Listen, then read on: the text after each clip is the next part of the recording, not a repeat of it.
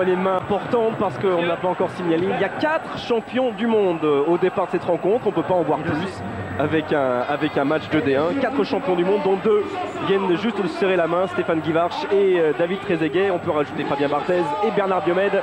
Et voilà cette AJA Monaco plantée et le coup d'envoi donné par les hommes de Giroud, qui ont sûrement un petit peu de revanche au fond d'eux, Rémi, parce qu'ils ne l'ont pas oublié, été éliminés en Coupe de la Ligue par Monaco cette saison et battus au match aller. Là voilà la poignée de main sur le toit du monde. Oui, revanche, je crois qu'ils ont surtout besoin d'effacer ces 3 défaites dont nous avons parlé. Je crois que ce soir la JA a besoin de se rassurer et de revenir dans le haut du tableau. Donc d'une part de bien rentrer dans ce match, hein, on l'a dit, ils sont absents de compétition depuis 2 semaines, ce qui est long pour des joueurs professionnels, pour une équipe, même avec un match amical au début. Mais la JA ce soir se doit de revenir positivement dans le championnat à domicile. Et la touche là-bas pour Ludovic Giuli et ses partenaires. Et la première accélération de Sabri Lamouchi, qu'on va sûrement beaucoup voir. Il était là suivi par Tegno. Ballon dégagé finalement par Frédéric Jay sur Stéphane Guivarch, suivi par Christian Val. Carnot, lui aussi, il a un souvenir de Monaco. Il n'avait pas vraiment totalement réussi, il ne s'était pas vraiment intégré à l'effectif de Jean Tigana. Le contre favorable pour Steve Marley, il y aura la couverture de Philippe Léonard et derrière le dégagement de Fabien Barthez. Tout ça devant une Abbé Deschamps pratiquement pleine. Giroud attendait un petit peu moins de monde. Il doit être au fond de lui très heureux de voir son stade pratiquement plein. Il a distribué les invitations cet après-midi. Et Grégoire, à propos de Agbo, donc il a une élongation à la cuisse gauche. Ouais, quant à Capot, Laurent, c'était un petit problème de tendon d'Achille depuis plusieurs jours. Alors que là, Raphaël Marquez a laissé traîner un petit peu les pieds, heureusement pour Steve Marley. Plus de côté spectaculaire à cette image que de douleur à l'arrivée. Tête de Christian Val et dégagement de Dacosta. Klaus. Bagno directement sur Christian Val. Gallardo, il faut que quelqu'un mette ce ballon au sol. C'est le petit Argentin qui a tenté de le faire. Et surtout d'alerter rapidement Simonet. Ça n'a pas fonctionné. Marley.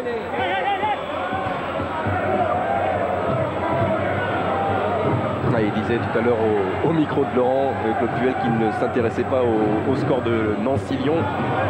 Mais sans aucun doute, Henri Biancheri et le docteur Campora, le président de l'ASM, eux, au contraire, ont bien suivi de très près la victoire nancéenne face à l'Olympique Lyonnais, le concurrent le plus serré et sérieux pour l'AS Monaco. Reyes.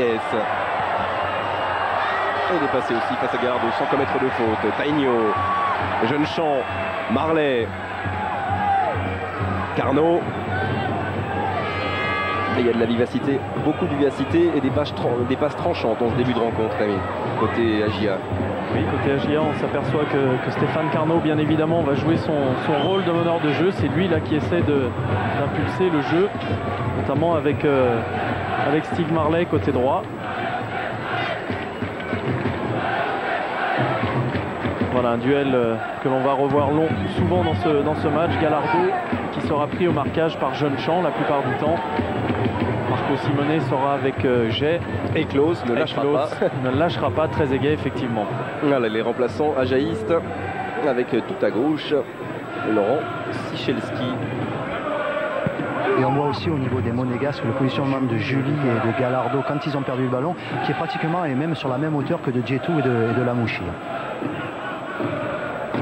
La touche effectuée par Léonard et la tête de Frédéric Jay. Donc il a joué son premier match, Frédéric Jay, pas face à Gallardo, mais face à Ludovic Giuli. Et c'est Giuli surtout qui en conserve un très mauvais souvenir, puisque à l'époque il était lyonnais et Lyon avait perdu 7-0 ici sur la pelouse de l'Abbé Deschamps. Taigno, Diomède.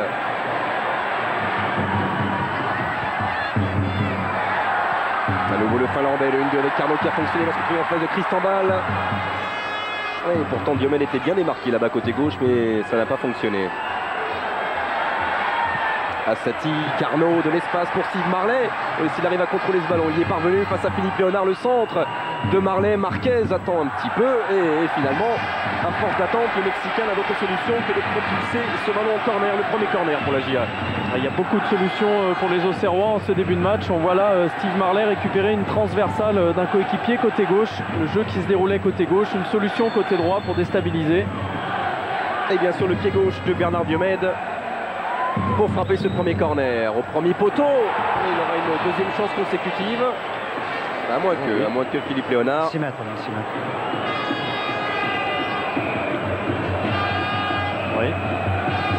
On pensait plutôt que c'était entre Léonard et Marquez que le ballon avait été sorti. Alors qu'on voit là le marquage serré de Martin Djetou sur Guy Varche.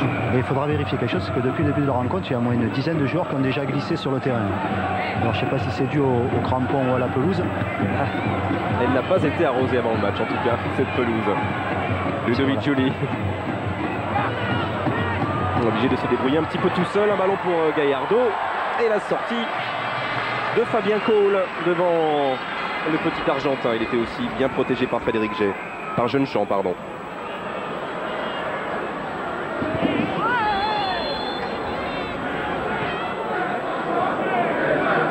Et nouveau coup de sifflet de M. Poula en faveur des Monégasques. M. Poula qui connaît bien ces deux équipes, en tout cas cette saison, puisqu'il avait arbitré le match aller, on en a parlé tout à l'heure. Victoire de Monaco 2-0, doublé de Gallardo. Marco Simonet repris par Frédéric Gay. Et le dégagement du Chilien Pedro Reyes sur la poitrine de Guy Varche. Jeune-Champ, Carnot, on continue à combiner dans un petit périmètre côté ajaïste. Une récupération Marquez. Gallardo. Steve Marley devant la Mouchi et Auxerre qui va pouvoir repartir. Tainio, Carnot et Djoulou qui récupère. Tout cela se passe en milieu de terrain actuellement. Ça vient conforter ce que Laurent nous signalait, effectivement. Ludovic Giuli qui redescend très bas pour prêter main forte à ses coéquipiers au milieu du terrain. Marquez. Il faut dire, Rémi, que les Monégas depuis quelques temps n'ont plus gagné à l'extérieur. Donc ils ont peut-être besoin de se resituer un petit peu. Ouais, 2 défaites consécutives, on s'en souvient, Laurent, à Strasbourg et puis aussi à Majorque. En tout cas, Jean-Marie Aubry et son entraîneur personnel Jean-Luc Ettori, pour l'instant, vivent ce début de rencontre avec le sourire et la sérénité. Carnot va laisser filer ce ballon en touche en sa faveur.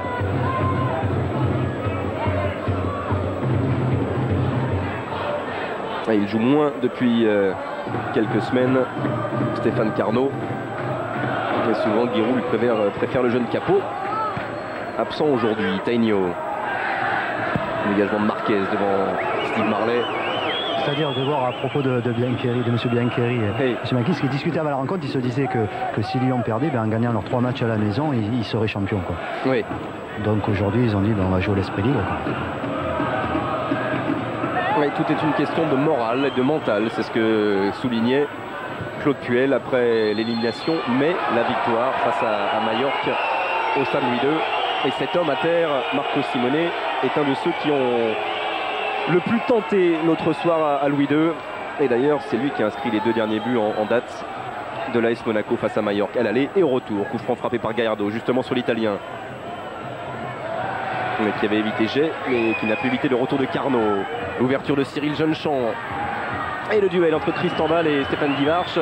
Pas de coup de sifflet de M. Poula. Et si finalement il avait laissé l'action se dérouler, et il va donner raison à l'attaquant et tort à Philippe Tristan Ball. Ouais, mais ce qui était intéressant, Grégoire, sur ce long ballon, c'est le soutien tout de suite immédiat des joueurs de la GIA.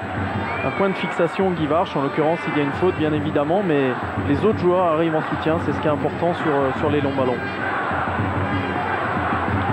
Alors on connaît la frappe lointaine de Klaus, mais aussi de Stéphane Guy Varche. Alors il y a 2 solutions, évidemment. Carnot va décaler le ballon, ou le pied gauche de Diomède, ou plus sûrement le pied droit de Stéphane Guy Varche. C'est Diomède qui prend sa chance et repoussé par Sabri Lamouchi qui était sorti du mur. Jeune-Champ a pu récupérer pour la GIA. Nouveau centre, et Diomède un peu court, et Lamouchi encore là pour éteindre le feu. L'intervention de Klaus, lui aussi a récupéré pour Auxerre. Carnot, faute de Martin Djetou.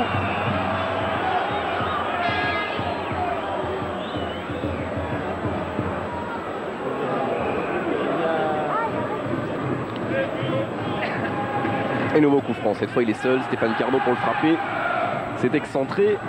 Et il aura Marley, Diomède ou bien Stéphane Guivarch comme point de chute dans la surface de réparation monégasque. C'est Steve Marley qui place ce coup de tête. Sans danger pour Fabien Barthez. Et la Mouchi, il y a 30 secondes, était en train d'expliquer à Simonet et à Trezeguet de se situer dans l'axe et de ne pas aller sur les côtés. Je ne sais pas si c'est pour faire rentrer Gallardo et Joly par les côtés, mais il leur donnait voilà, de se situer essentiellement dans l'axe. Et c'est ce qu'ils font exactement tous les deux, Trezeguet et Simonet. On aura l'occasion de le voir sur ce plan large. Regardez-les à gauche de votre écran, ils sont tous les deux dans l'axe. Mais tous les deux, comme d'habitude à Auxerre, avec un homme chargé de leur surveillance très rapproché. Ballon perdu par Stéphane Guivarch. Simonet, il tentait la rapidité avec Trezeguet. Interception Thomas Klaus. Reyes pour le dégagement. Gallardo, Léonard. Un peu fort pour Trezeguet. Jeune-Champ. On a du mal pour le moment côté monégasque à trouver Trezeguet et Simonet sur des récupérations de ballon. Monégasque récupère assez bien le ballon mais n'arrive pas à le conserver dans la profondeur. Marco Simonet étant très bien pris pour le moment par Jay, qui ne le lâche pas d'une semelle. Ouais, Pierre-Rémy, il n'y a pratiquement pas d'autres monégasques qui viennent très... Ouais. Pas de faute sur Diomède, récupération monégasque. Et Julie repris par la défense auxerroise qui s'est bien resserrée. Et Tainio a un petit peu de mal quand même à relancer, à trouver un partenaire démarqué. Et ça peut profiter à Marley, cette déviation de Stéphane Guivarch, s'il arrive à temps avant la touche.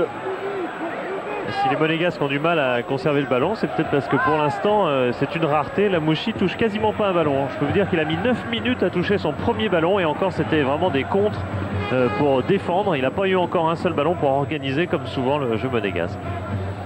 Ouais, mais il faut dire qu'ils ont choisi, à mon avis, de ne pas se faire contrer par les Auxerrois.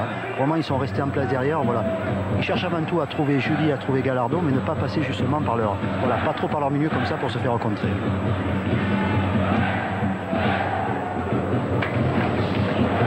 Tristan Val. Voilà, une nouvelle fois, le bon travail défensif de Jay qui gêne considérablement les prises de balles de Marco Simonet. Trezeguet. Ouais, ils peuvent penser à simplement se faire plaisir à jouer, c'est vrai, les joueurs de Claude Puel, comme le signalait à l'instant Bernard Chénez, qui voyait les Monégasques tranquilles dans une voiture en train de siffloter. C'était pas le cas en Coupe de l'UEFA. C'est aujourd'hui le cas en championnat de France. Et chaque point glané rapproche évidemment cet ASM du titre 99-2000. Marquez. Gallardo, Tristan Val.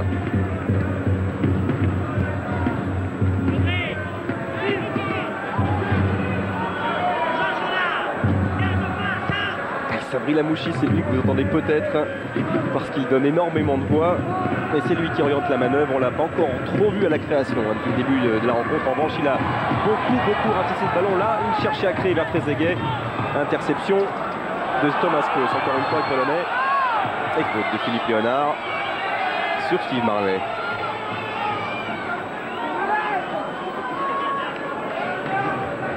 Léonard qui pourrait être gêné par la vivacité de Marley. En ce début de match, l'attaquant auxerrois s'est montré beaucoup plus vif que Philippe Léonard. Reyes, le Chilien, a frappé ce coup franc sur la tête de Dacosta. Et faute sur David Trezeguet de Thomas Klaus.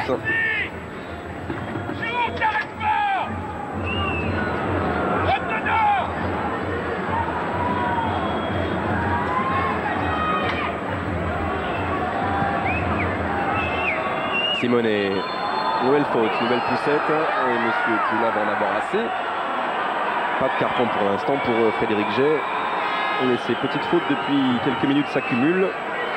Et c'est vrai que ça hache le jeu considérablement. Oui, surtout que Marco Simonet réclame souvent le ballon de la même manière depuis le début de la partie, dans l'axe, dans les pieds. Ce qui fait que les joueurs auxerrois sont... Marquez, il s'était fait oublier sur le côté gauche de la défense et seul Carnot le surveillait. Et la première intervention de Fabien Cole et le premier tir cadré de cette rencontre.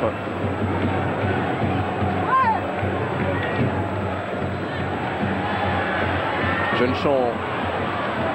Le jaillissement de Marquez et de l'espace pour Marcelo Gallardo Côté gauche face à Pedro Reyes. L'Argentin face au Chilien. Et Gallardo qui repique au centre. Mais finalement, il a attendu que l'action se déroule. Et les Rouges n'ayant pas eu l'avantage, M. Poula revient à la faute initiale sur les chevilles de l'Argentin. Ouais, Rémi, pour revenir à ce que vous disiez tout à l'heure par rapport au jeu de Simonet et de Trezeguet, c'est vrai que pour une des toutes premières fois cette saison, il y a un libéro du côté d'Auxerre. Donc c'est vrai qu'ils ont du mal peut-être à trouver de la profondeur dans leur jeu parce que effectivement il y a un joueur qui fait la couverture ce soir. Donc ils ont tendance à venir demander les ballons dans le milieu, dos à la défense. Et c'est vrai que pour le moment il n'y a pas trop de profondeur et des appels dans la profondeur du côté monégasque. Alors Laurent, le mur Ajaïs est en train de se placer alors qu'on a revu avec Jean-Jacques tout à l'heure la belle occasion de Marquez. Et qu'a priori Marcelo Gallardo devrait tout seul tenter d'inquiéter le concentré Fabien Cole. Oh, c'était au second poteau. Ouais, on était au bord du contre son corps, c'était pas terminé pour Monaco, la frappe de Trezeguet. Et cette fois-ci, Fabien Cole intervient. Le danger se rapproche. Il y a un super arrêt de Fabien Cole. Oh, oui, super barré, sur une tête de Taino, je crois. Ouais, puis surtout en second temps, hein, parce qu'il y a un joueur Trezeguet, je pense qu'il n'y a plus qu'à pousser et il me semble qu'il enlève au dernier moment. Il se rattrape très bien Fabien Cole. Voilà, c'est Jay exactement qui met à contribution son propre gardien et très belle détente par la suite de Cole. Le corner dédié au premier poteau et la tête de Marley qui donne un tout petit peu d'air temporairement à cette défense auxerroise. Une nouvelle intervention de Steve Marley et on a vu, il y a eu carrément trois arrêts, en tout cas parades consécutives de Fabien Cole. La première face à Jay et les deux autres face au Monégasque, la dernière face à Trezeguet. Marco Simonet. Tainho devant Sabri Lamouchi, ce n'est pas terminé pour Monaco. D'Acosta sera le premier sur ce ballon. En revanche, ce centre de l'international portugais ne donnera rien.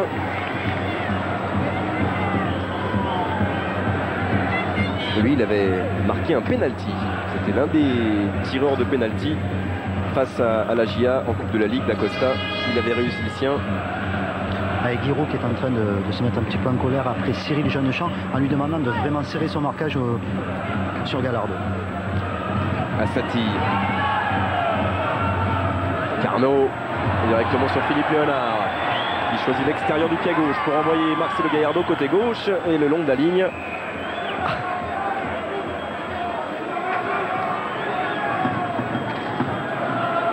Mais le ballon visiblement n'est pas arrivé dans les conditions qu'espérait le meneur de jeu argentin.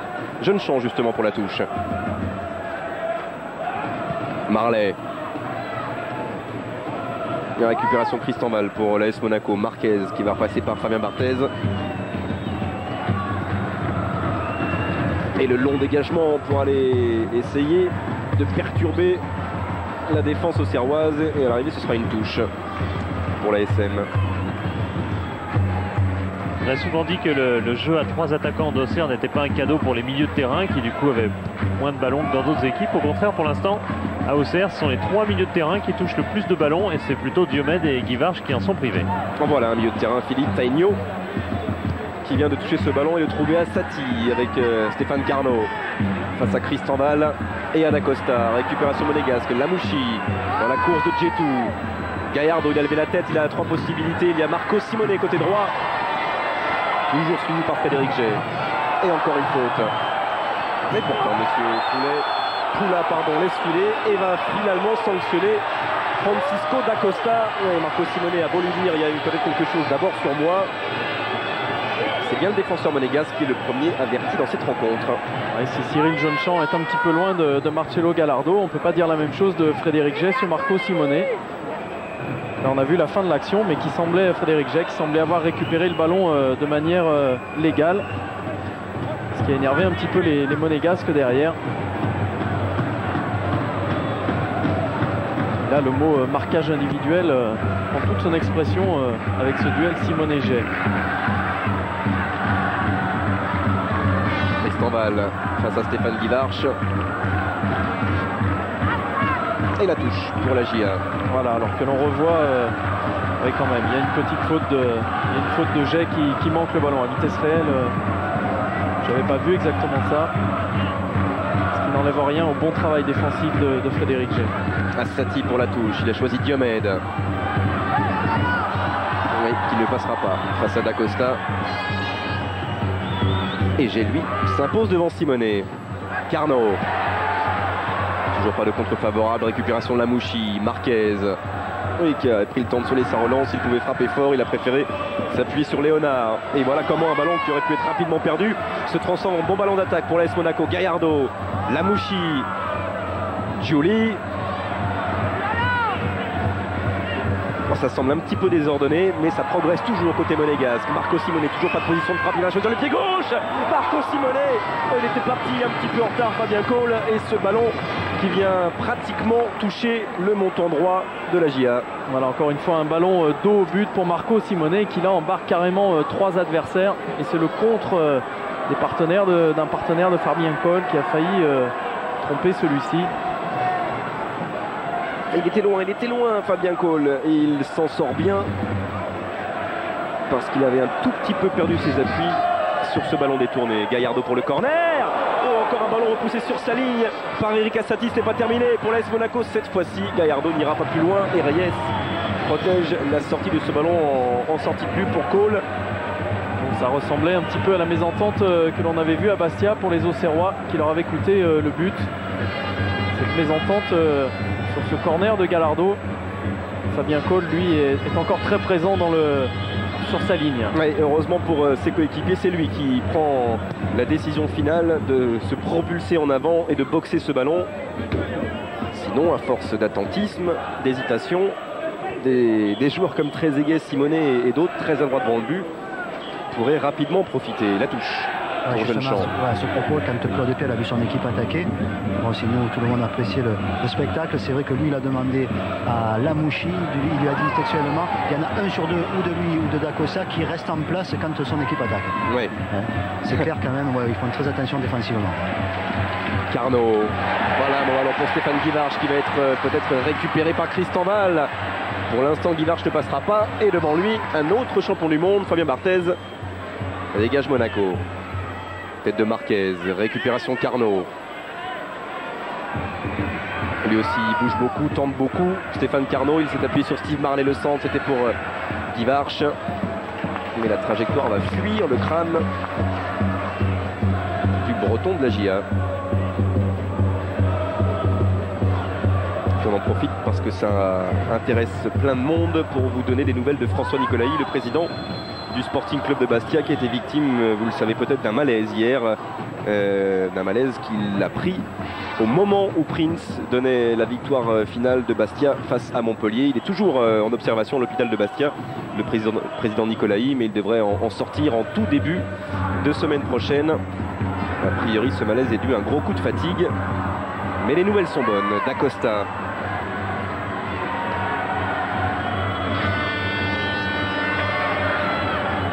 Alors, jeune champ au Gallardo, c'est finalement l'ancien Limois qui s'en sort bien et qui relance avec l'aide de Diomède. Tainho, voilà, c'est bien fait aussi de la part du Finlandais qui a retrouvé jeune champ côté gauche.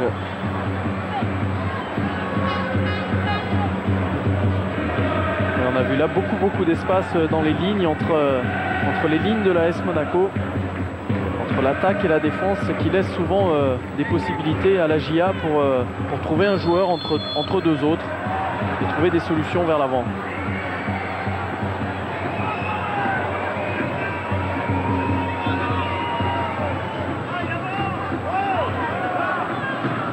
La touche de Dacosta. Tainho. Repris par Ludovic Giuli, double contact et ça va vite, l'accélération de Ludovic Giuli. Trezeguet et Giuli qui cherchait à nouveau. Alors cette fois-ci le coup de sifflet de Monsieur Poula est contre Monaco. C'est le même. Ludovic Giuli qui avait placé une très belle accélération. La passe était un petit peu moins bien, beaucoup plus difficile à négocier pour Trezeguet. On parle du doublé de Gallardo au match aller face à Auxerre. Ludovic Giuli avec Monaco avait réussi un doublé ici la saison passée. Le troisième but était venu d'Ik Peba, aujourd'hui à Dortmund en Allemagne, sortie de Christian Val.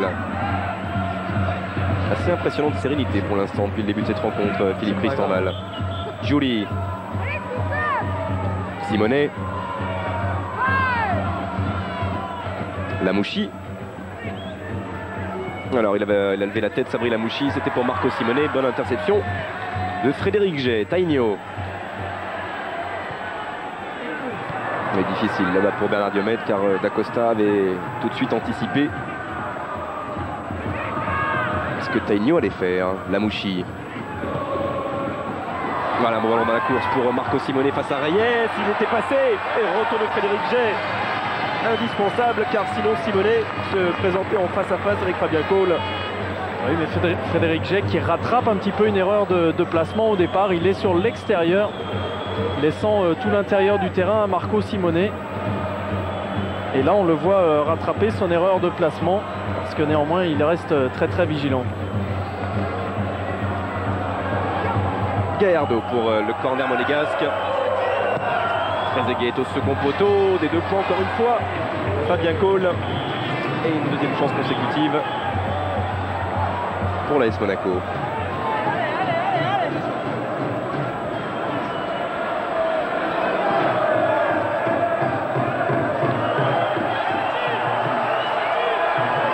Alors on a vu Stéphane Guimarch surveiller Martin Djetou. Et encore une fois, Fabien Cole venir s'imposer, toujours dans le même style. Une telle surpopulation devant lui. Surtout un ballon qui tombe vraiment au niveau du premier poteau. Et encore une fois, il est bien travaillé. Et encore une fois, un défenseur de la GIA n'a d'autre solution que de le projeter en corner. Ce sera le 4e consécutivement. Au du 5e, il y a 6 mètres. Nouveau règlement.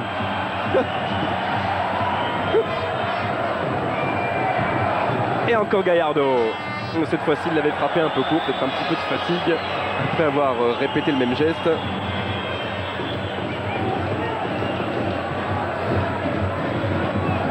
Corner à 1 en faveur de Monaco du coup avec cette série. Une petite remarque de comparaison entre les deux avant-centres. Ce sont les 2 joueurs qui touchent le moins de ballons dans chacune des équipes, c'est pas extraordinaire, mais Trezeguet en touche quand même 75% dans le camp adverse, ce qui paraît logique. Guivarch lui 1 ballon sur 2, il le touche même dans son camp, il est obligé de revenir pour jouer souvent en pivot, un rôle difficile. Oh oui, c'était bien fait. Marcelo Gallardo face à Jeune-Champ, face à Reyes, il n'ira pas plus loin, et bon retour combiné et de Reyes et de Jeune-Champ, et derrière intervention de M. Poulain en faveur d'Auxerre. Avait-il une autre solution à ce moment-là alors qu'il avait effacé un premier adversaire, Marcelo Gallardo? Je ne suis pas sûr qu'il ait vu vraiment s'il avait une autre solution, Marcelo Gallardo, parce qu'il s'occupait surtout des 2 Auxerrois qui étaient face à lui. Voilà, on voit le retour de Jeune-Champ. Qui d'ailleurs s'est fait mal, c'est Jeune-Champ en retombant dans son contact avec l'Argentin. Il est resté au sol. Le soigneur, il est parti avec l'éponge à la main, il est arrivé là-bas, il n'y avait plus d'eau dedans. Hein. Il a arrosé la pelouse, tout le monde.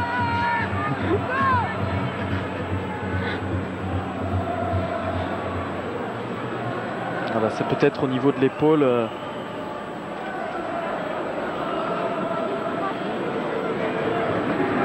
Que Jeune-Champ a souffert. Avec déjà 23 ballons joués, dont 8 récupérés pour Jeune-Champ. Alors on a lu un tout petit peu d'angoisse dans le regard de Giroud, et voilà la réponse. Allait-il attendre d'avoir des nouvelles définitives de Jeune-Champ avant de décider d'envoyer un joueur éventuellement s'échauffer? Il n'a pas attendu, il a tout de suite demandé à Laurent Sicielski de reprendre son échauffement pour éventuellement remplacer Jeune-Champ, car pour l'instant les Blancs sont à 10 contre 11. D'Acosta. Vous voulez que j'aille demander à Giroud? Non, il ne vous fera pas rentrer, Laurent. Ah, dommage. Ça n'est même pas la peine. Julie un petit peu court, dégagement de Reyes. Et récupération de Steve Marley. Carnot. Diomède. Klaus. Et voilà. Voilà la pression monégasque et le manque de solution de la défense bourguignonne. Et ballon rendu à Christian Val et à Lamouchi. Oh, et frappe de Lamouchi.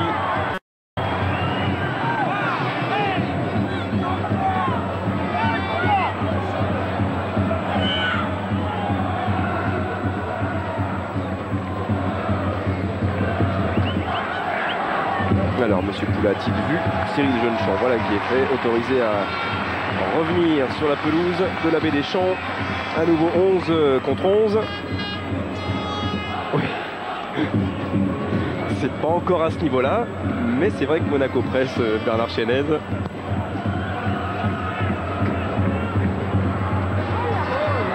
Et c'est vrai que ça fait quand même quelques minutes maintenant qu'on n'a pas vu Guivarch, Marley ou Diomède s'incruster dans la défense ou dans la surface de réparation monégasque. De toute façon, vu du sol, on a vraiment l'impression que c'est que Monaco qui a le ballon pour le moment. Ah, c'est clair que depuis 10 minutes, un quart d'heure, c'est le cas. Laurent Marquez qui n'hésite pas, lui non plus, à quitter sa défense centrale. Gallardo, Marquez, pourquoi pas? Oui, ce sera dur hein, ce coup-ci. C'est trop pour l'international mexicain. Et attention quand même à l'AS Monaco de ne pas se laisser trop aspirer dans la moitié de terrain d'Auxerre. On connaît les contres des Auxerrois. C'est une équipe qui aime bien parfois laisser le ballon à son adversaire pour ensuite jaillir sur les côtés.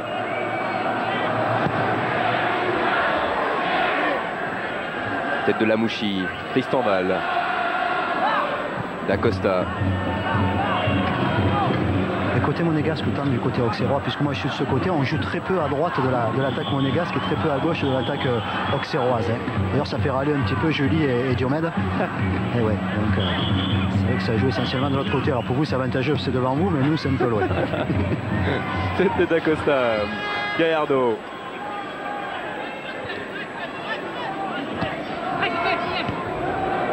D'Acosta. Et la touche concédée par Tainio.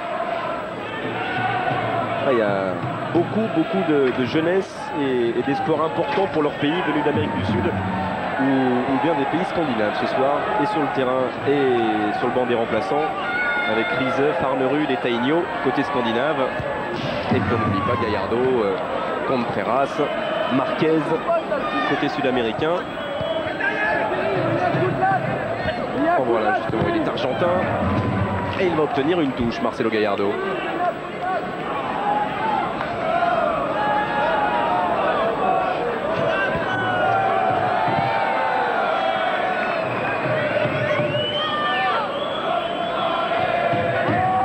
A choisi Ludovic Giuli dans la surface de réparation auxerroise. C'est renvoyé par Cyril Jeunechamp.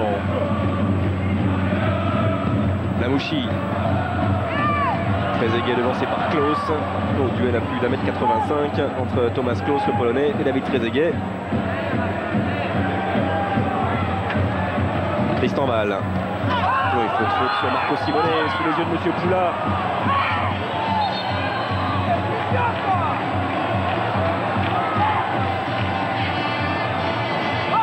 Alors il a pris le temps de réfléchir, Monsieur Poula. Mais finalement Frédéric Jay est averti d'un carton jaune. C'est vrai que c'était pas la première faute de Jay sur Marco Simone. Et il avait été frappé trop rapidement. Mais trop rapidement ce coup franc. Ah, il refuse alors. Oui. Ouais. Ah, il n'avait pas rentré le carton dans la poche. On va revenir au coup franc. Ouais, c'est vrai en plus. Et ça a souvent été le cas cette saison. Monaco a souvent réussi à frapper très rapidement des coups francs. Celui-ci frappé par Gallardo vers la tête de David Trezeguet. Malheureusement pour les Monégasques, qui a été frappé trop rapidement. On se souvient d'un but comme ça, je crois, marqué par Monaco à Rennes, qui avait pris la défense rennaise totalement de court. Cette fois-ci, tout le monde est replacé et on a le temps de se concerter autour du ballon côté monégasque. Finalement, c'est Philippe Léonard, c'est pour Sabri Lamouchi, et cette combinaison ne rentrera pas dans les annales. Même s'il était bien au départ, à la base, dans l'idée. Une correction à ce que disait Laurent tout à l'heure, parce que de temps en temps il faut quand même corriger. En fait, les ballons à droite, il y en a autant qu'à gauche.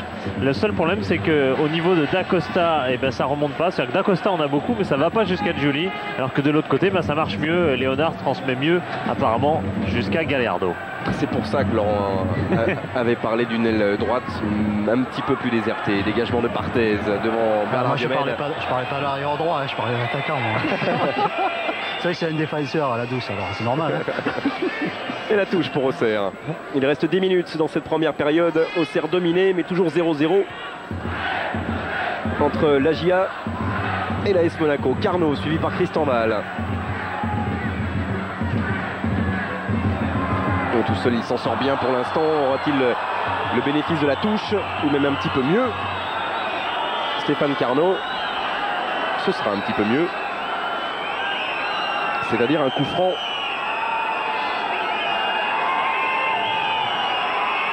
Alors Fabien Barthez lui demande même pas un mini-mur, simplement Ludovic Giuli va rester à 9,15 m du ballon que va frapper Stéphane Carnot pour la JOCR. Au second poteau, il y aura Diomède, il y a la prise de balle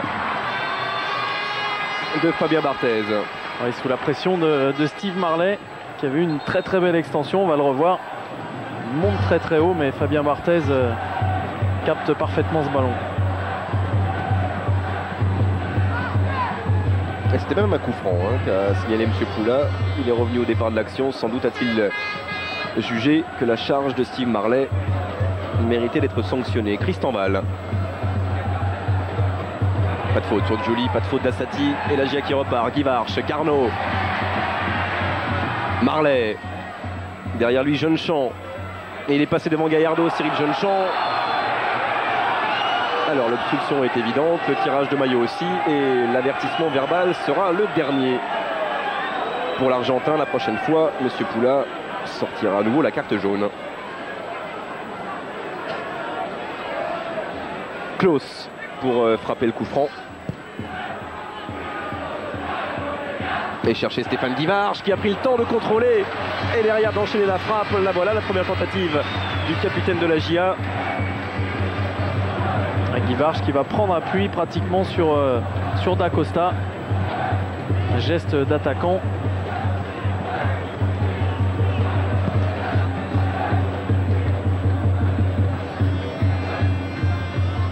Tête d'Assati, Jeunechamp.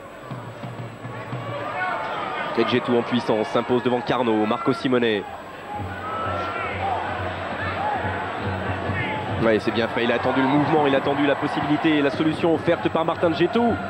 Et le centre directement sur Jeunechamp. Taigno. Et départ de Bernard Diomède, il y aura ou Diomède ou Christian Val au point de chute. Oh, il était loin, monsieur Poula, mais il n'a pas hésité, il poursuit sa course. Qui va-t-il sanctionner? Et finalement c'est Christian Val, poussette dans le dos de Bernard Diomède et coup franc le dangereux pour la GIA. Voilà les contres dont on vous parlait sur ce long ballon à destination de Bernard Diomède. Christian Val qui était pourtant bien placé au départ mais qui n'a pu agir autrement que de commettre une faute. À nouveau un bon coup franc pour Carnot. Et ça bouge beaucoup dans les 6 mètres devant Fabien Barthez qui boxe ce ballon. Jeunechamp. Dacosta et le jaillissement de Christian Val. Se méfier de la contre-attaque avec Marcelo Gaillardeau. Retour de Klaus. De contre-attaque, il n'y aura pas. Et le dégagement de Fabien Cole. Gaillardeau, Djetou. Léonard. Cherche Trezeguet, trouve la tête d'Assati. Et là-bas, côté opposé, ce sera une touche pour l'AS Monaco.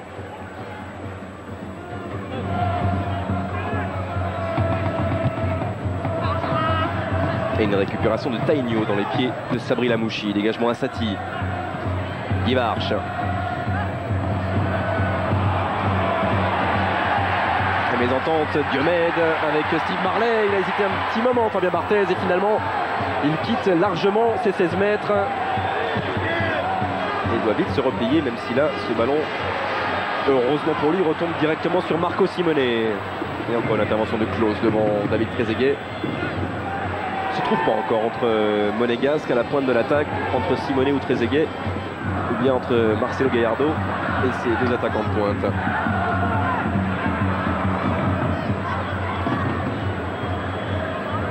Dacosta. Pour être complet sur la différence Gallardo-Giuli, effectivement 2 fois plus de ballons pour Gallardo, mais il faut reconnaître aussi qu'il est plus libre dans le système, il va plus en chercher par exemple là dans l'axe. Il est plein axe, c'est vrai, Marcelo Gaillardo, alors que vous le notiez Philippe, comme depuis le début de la saison, Ludovic Giuli est cantonné côté droit. Djetou.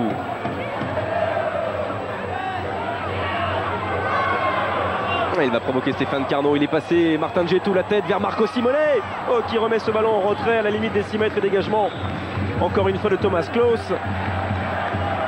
Et Martin Djetou qui apporte un soutien très tranchant. Ce n'est pas systématique dans son jeu, mais lorsqu'il le fait depuis le début de la partie, il le fait bien parce qu'il va au bout de ses actions. On ne le connaissait pas dribbleur en plus. Là, la façon dont il s'est séparé de Stéphane Carnot sur une simple accélération. Alors voilà, en revanche, un petit peu en retard. Martin Djetou au milieu de terrain.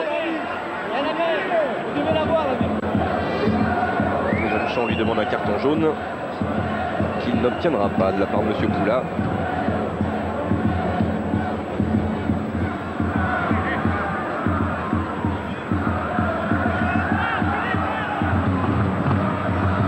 Coup franc néanmoins pour la GIA, frappé par Klaus. Jeune Champ il va tenter ce sens, la frappe de loin repoussée par Marquez. Trezeguet. Et Marquez qui continue son effort pour essayer d'apporter un peu de surnombre devant. Ils sont 4 blancs autour du ballon et le Mexicain sera en retard, devancé par Frédéric Gey. Encore faut-il soigner la relance. Reyes s'y emploie, il a trouvé Tainio, la fin de corps qui met Sabri Lamouchi à l'écart. Tainio, et c'était pour Marley, interception Tristan Val. Alors qu'il y avait d'autres solutions. Il a oublié Carnot côté droit, Tainio, après ce bon contrôle. Un petit peu foufou quand même, hein, tactiquement, cette rencontre. Bonne intervention là de Reyes. Foufou, la preuve, on n'arrive pas à conserver le ballon, il est perdu et récupéré par Gallardo. Léonard qui a tout le temps de lever la tête, de soigner éventuellement son centre du pied gauche. C'est repoussé par Reyes et enfin par Stéphane Carnot. Il marche. Il est repris par Djetou. Peut-être une petite main au niveau de Stéphane Guivarch au départ de son contrôle. Ouais.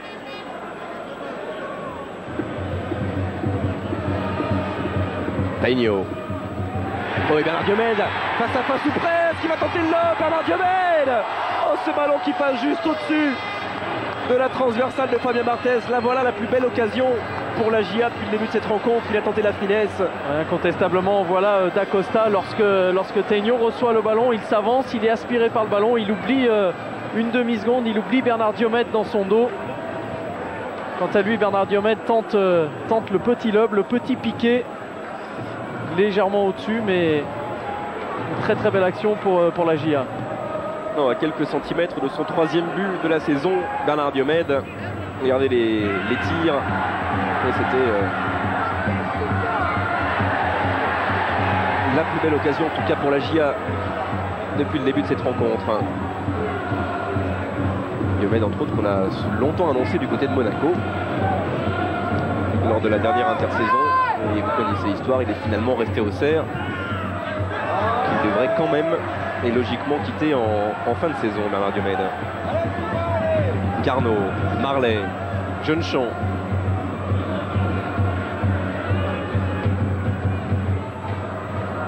Assati.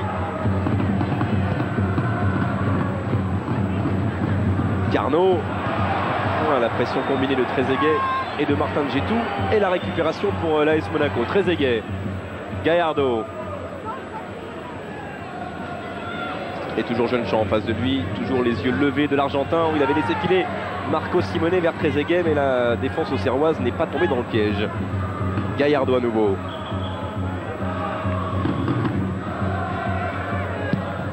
Et encore un dégagement de Klaus devant Trezeguet. À 2 minutes de la fin de cette première période.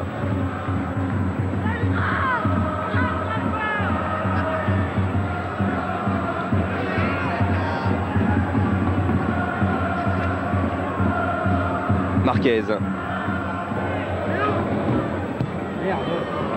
Djetou. Poursuivi par Guivarch. C'est dans les statistiques de Philippe Doucet, ce sera un ballon touché par Guivarch à moins de 20 mètres de son propre gardien. Et pourquoi pas un ballon d'un attaquant qui, derrière, va permettre une explosion. Et M. Poula demande à Steve Marlet de se relever. Et Fabien Barthez, lui, a vu que Steve Marlet avait été touché et il préfère directement dégager ce ballon en touche. Il faut quand même faire attention du côté de Monaco. L'équipe est en train de se séparer un petit peu en deux. Oui. Là. Ils attaquent une partie, les autres restent derrière. Ils ne suivent pas l'évolution du ballon. Ça fait que tous les joueurs lancés du côté d'Auxerre, ils arrivent à 2000 à l'heure sur la défense. Et là, ils sont vraiment embêtés. Au milieu de terrain, ils ont du mal à se replacer pour le moment. Julie, Gallardo.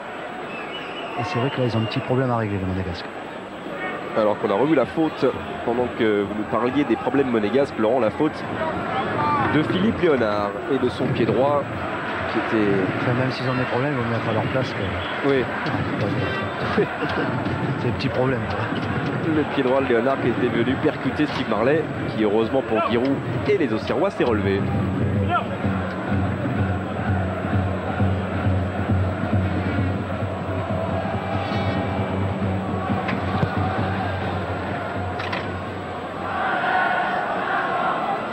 Dégagement de Frédéric Jay. Carnot, Marley.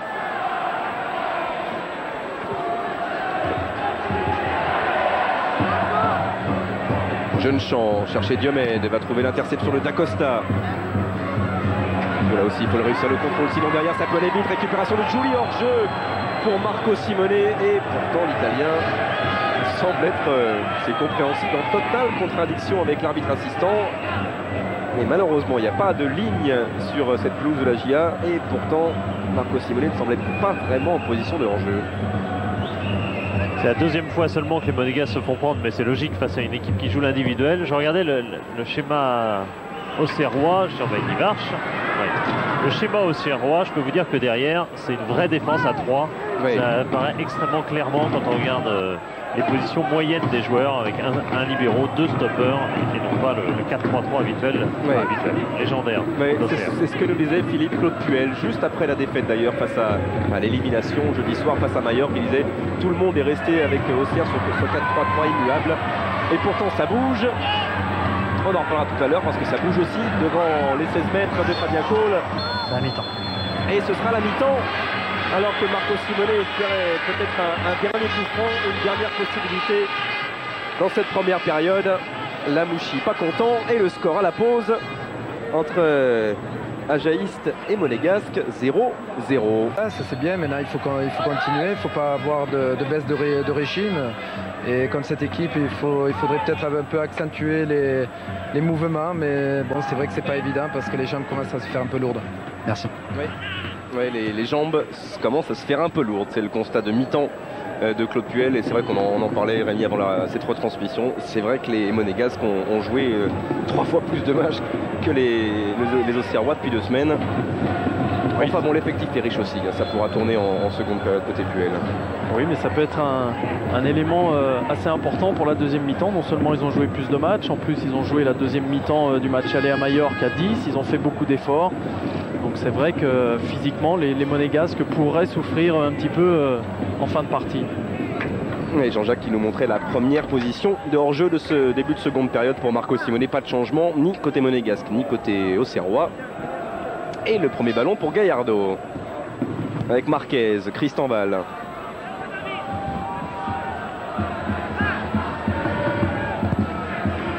Marquez, voilà, cette fois-ci il n'est pas en position de hors-jeu. Marco Simone, il a évité la touche, même si Jay lève le doigt. Monsieur Poulain ne suivra pas la sensation du joueur de la GIA. Gallardo face à Jeune Champ, le centre de Gallardo, tête de Klaus. Oh, pour l'instant, cette défense à 3, comme on va la qualifier, elle tient le coup, la défense auxerroise. Ouais, elle tient le choc, même si là le geste de Gallardo était superbe. C'est défense à 4, il y a le gardien de but aussi. Ah, c'est vrai. Et c'est vrai qu'il a été On l'oublie toujours celui-là. mis à contribution et qu'il a été décisif en première période déjà, Fabien Cole. Gallardo pour frapper le corner toujours au premier poteau. C'est repoussé par la tête de Reyes. Marley. Christian Val. Et finalement Marley qui touche ce ballon en dernier, la touche pour l'AS Monaco. Marquez.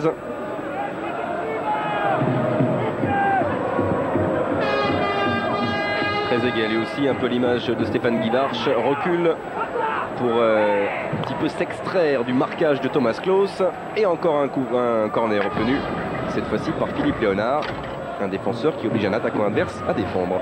Oui, c'est pas rare à Auxerre de voir les deux joueurs attaquants, les deux ailiers, comme on les appelle, venir prêter main forte à leurs défenseurs. Et là, on a vu les attaquants auxerrois touchent au moins 40% de leur ballon dans le camp adverse, Ouais. dans les 3. Gallardo, un peu court encore une fois. Jeune Champ directement sur Léonard. Gallardo pour une nouvelle chance. Le ballon détourné. Marquez, Gallardo, ils sont 3 ou 4 à éventuellement pouvoir reprendre son centre. Il y a Marquez et intervention de Stéphane Guivarch, nouveau corner pour l'ASM. Et Marquez qui monte bien évidemment sur les coups de pied de l'AS Monaco et qui est là à récupérer cette chandelle de Gallardo pour tout de suite se replacer. C'est son premier match en championnat depuis longtemps. Il avait joué la Coupe des Confédérations avec son pays, le Mexique. Marquez, il est particulièrement en jambes pour l'instant. Léonard, une nouvelle frappe. Cette fois-ci, c'est la bonne. Et du pied droit pour ce gaucher naturel. Et l'international belge, dès la 4e minute de cette seconde période, vient donner l'avantage à Monaco, qui mène à 0. Oui, les joueurs d'Auxerre qui ont un petit peu tardé à me remonter sur le porteur du ballon après que Fabien Cole eut dégagé celui-ci. Voilà, on tarde un petit peu à gêner Philippe Léonard. Cole, lui, est masqué par une forêt de joueurs. Ce qui permet à Léonard, sur cette petite remise intelligente de Simonet, d'ajuster le gardien auxerrois qui est assez loin du ballon parce qu'il est complètement masqué au départ. On va finir par dire une nouvelle fois sur un corner au premier poteau. On avait cherché Marquez. Tous les corners de l'AS Monaco sont tombés au même endroit. Fabien Cole a eu beaucoup de difficultés à repousser. D'ailleurs, je ne serais pas étonné qu'il rouspète un petit peu auprès de l'arbitre à ce sujet-là. Centre de Guivarch, repoussé par Dacosta. On va finalement pas tarder à dire un jour que le pied naturel de Léonard, c'est le droit, parce qu'il a inscrit 2 buts cette saison. L'un donc ce soir face à la GIA, l'autre au Parc des Princes face au Paris Saint-Germain. 2 buts du pied droit pour le Belge. Et une passe décisive de plus pour Marco Simonet. Et les 2 buts de Léonard, tous les 2 marqués de loin, comme au Parc. C'était une frappe lointaine, et il me semble sur une phase un peu du même genre, sur un ballon repoussé et repris en force. Un indice aussi pour suivre cette seconde mi-temps, les 2 joueurs qui touchent le plus de ballons mais depuis le début du match. Carton pour Marco Simonet. Les 2 joueurs qui touchent le plus de ballons, c'est Gallardo d'un côté, c'est Jeune-Champ de l'autre. Si vous avez bien noté, Jeune-Champ étant au marquage de Gallardo, il y a beaucoup de choses qui se concentrent dans la zone de ces 2 joueurs.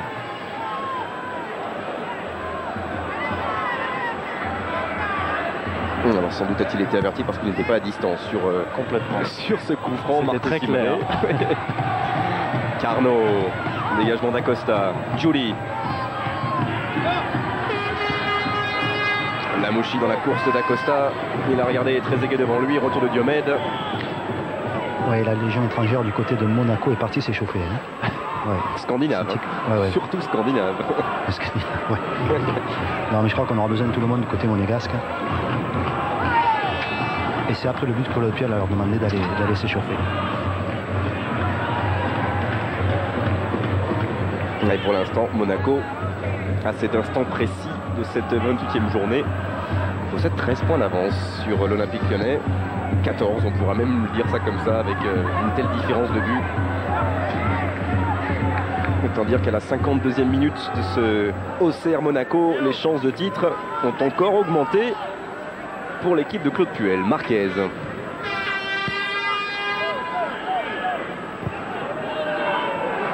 Ouais, malgré le fait d'être mené au score, les joueurs d'Auxerre qui attendent toujours l'équipe de Monaco dans leur moitié de terrain. Pas vraiment de pressing pour récupérer le ballon plus haut de la part des joueurs d'Auxerre. Diomède, oui, c'est ce que redoutait Rémi. Sabri Lamouchi à la pause, il avait peur des contres auxerrois. Et cette équipe qui attend avant de jaillir le plus vite possible dès qu'elle le peut. Gallardo dans la course de Trezeguet, ça aussi c'est bien fait. Trezeguet face à Reyes, le retour de Gallardo derrière lui. Et on ne demande pas trop sur Martin Djetou, alors pourquoi pas tenter une frappe lointaine. Mais le cadre se dérobe. Alors revoilà sous un autre angle cette belle frappe de Léonard en extension du coup de pied. Fabien Cole qui est assez loin. Et la joie de Fabien Barthez. Dégagement de Dacosta. C'est la première fois aussi que cette défense auxerroise cette saison, en tout cas à domicile, on va suivre Trezeguet parce qu'il a pris de vitesse. Close, la frappe, elle est repoussée par Fabien Cole et derrière Trezeguet va éviter le corner. Aura-t-il la possibilité de centrer, arriver de Lamouchi? qui lui place le plat du pied. Il a cherché la précision. Sabri Lamouchi a essayé d'assurer sa reprise. Ah, il y avait plein de choses très belles dans cette action. Il y avait d'abord un superbe ballon de Gallardo dans le dos de Klaus. Ce n'était pas du tout dans le dos par contre de Trezeguet, qui lui emmène pas très bien son ballon, qui arrive quand même à très bien frapper. Et Cole fait encore un très bel arrêt.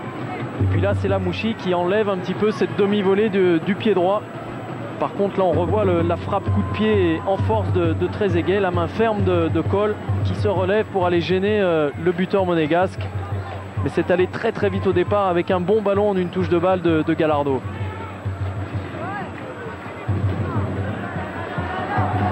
Ouais, et mauvaise nouvelle sont en train de s'accumuler quand même pour les Auxerrois, menés 1-0 depuis le tout début de cette seconde période et qui n'arrivent pas pour l'instant à se rapprocher de Fabien Barthez et à le mettre un tant soit peu en danger. Diomède, alors on essaie de construire avec Bernard Diomède mais ça ne marche pas. Récupération d'Acosta, Djetou, Gallardo qui résiste au pressing de Jeune Champ et finalement l'intervention de Monsieur Poula pour un nouveau coup franc en faveur de l'AS Monaco, rapidement joué par Gallardo. Cette fois-ci, Monsieur Poula avait décidé de laisser le jeu se poursuivre. Ouais, côté monégasque, Claude Puel demande à son équipe d'alterner son jeu, c'est-à-dire des fois de garder le ballon, d'aller devant, d'aller très vite, et à des moments de contrer, d'attendre, de faire tourner pour que les Auxerrois sortent. Donc on aura sûrement deux visages de la part des monégasques en deuxième mi-temps. Ouais, en attendant, Laurent, les Auxerrois sortent du banc. Giroud est allé demander à pratiquement tous ses remplaçants de s'échauffer. Bonne prise de balle. Il l'a relâché finalement, mais il y aura une faute évidemment signalée contre Fabien Cole. Et encore une fois, ce corner qui tombe toujours au même endroit. Fabien Cole qui laisse échapper un petit peu le ballon sous la pression de Marquez. Et finalement, Monsieur Poula qui siffle une faute. Il se répète inlassablement ces situations pour Fabien Cole dans ses 6 mètres. Toujours obligé d'intervenir au milieu d'une forêt de joueurs et l'adversaire est de coéquipier. Et les Auxerrois n'arrivent pas pour l'instant à enchaîner 2-3 passes consécutives et à mettre le pied sur le ballon. Peut-être avec Guivarch, avec un petit peu d'espace pour Assati côté gauche, suivi par Ludovic Giuli. C'était pour Diomède, intervention de D'Acosta, Tainio. Je vais éviter le 6 mètres avant d'attendre un éventuel soutien. Le meneur de jeu finlandais, mais le soutien il n'arrivera pas et au contraire Christian Val et Barthez vont laisser tranquillement sortir ce ballon. Il faut dire que les Auxerrois, pour le moment, n'ont que le souci de défendre. On les voit, ils sont toujours en train de prendre leur jeu au remarquage, de reculer. Et pour le moment, il y a très peu de joueurs qui viennent faire le surnom, mais ils prennent très peu de risques. Et je pense que ça devrait changer un petit peu ça aussi. Est-ce qu'il est sorti ce ballon? Est-ce qu'il est vraiment sorti? Finalement, oui. Monsieur Poula a accordé un 6 mètres à Fabien Barthez, mais il a longtemps flirté avec la ligne de fond. Reyes, Tainio, Carnot. Faute de Christian Val sur Stéphane Guivarch. Christian Val qui n'avait pas vu Guivarch dans son dos, voilà.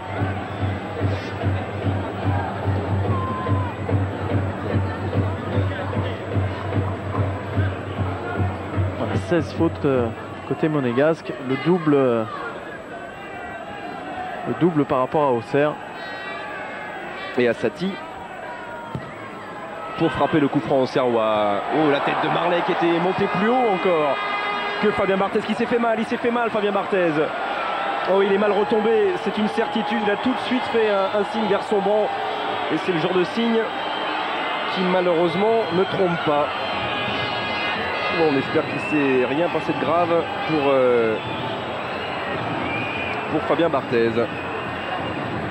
On aura le temps de revoir tranquillement tout ça avec Jean-Jacques au ralenti, car il était monté très haut pour disputer ce ballon dans les airs à Steve Marley. C'est le genre d'image qu'on n'aime pas trop d'un gardien. Ça rappelle trop ce qui était arrivé au gardien de Rennes du côté de Lyon. Oui, ça arrive très souvent. Les réceptions sont parfois délicates. En l'occurrence, là, c'est la cheville, ouais. Donc c'est probablement moins grave par rapport à un genou qui peut pivoter. Mais il est vrai que l'ascension de Steve Marley sur ce ballon très haut a gêné Fabien Barthez. Voilà, on revoit ça. Marley qui prend le ballon. Et puis ensuite, c'est dans la retombée. Peut-être se coince-t-il tout simplement la cheville entre les deux jambes de Steve Marley. Fabien Barthez, évidemment Jean-Marie Aubry est allé s'échauffer au cas où le long de la touche pour éventuellement suppléer son coéquipier champion du monde. Sinon ils ont toujours Ludovic Giuli à mettre dans la cage. C'est pas un problème. Oui. Il faut dire que Barthez s'est attaqué à un gros morceau aérien du championnat de France, parce que Marley peut-être pas très connu pour cet aspect de son jeu, mais il a mis 3 buts.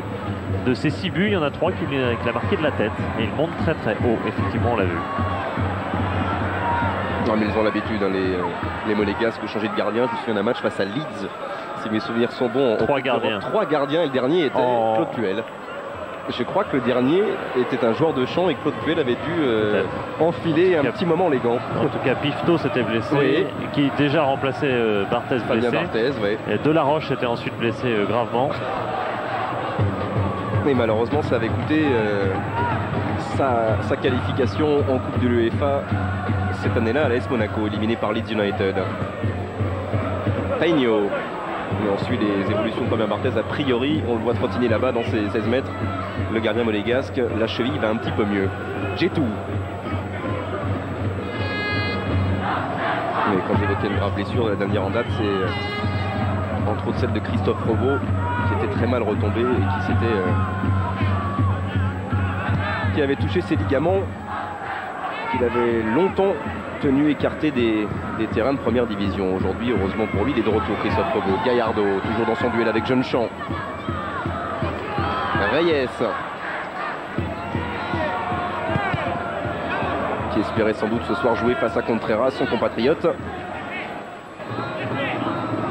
qui se retrouve régulièrement lors des rassemblements avec l'équipe du Chili, avec Zamorano, avec Salas, cette équipe qu'on a découverte un peu plus en profondeur lors de la dernière Coupe du Monde. Diomède, Marley, centre de Marley, il y a Carnot, il y a aussi un drapeau qui se lève, signe d'une position de hors-jeu d'un attaquant auxerrois, sans doute Guy Varche.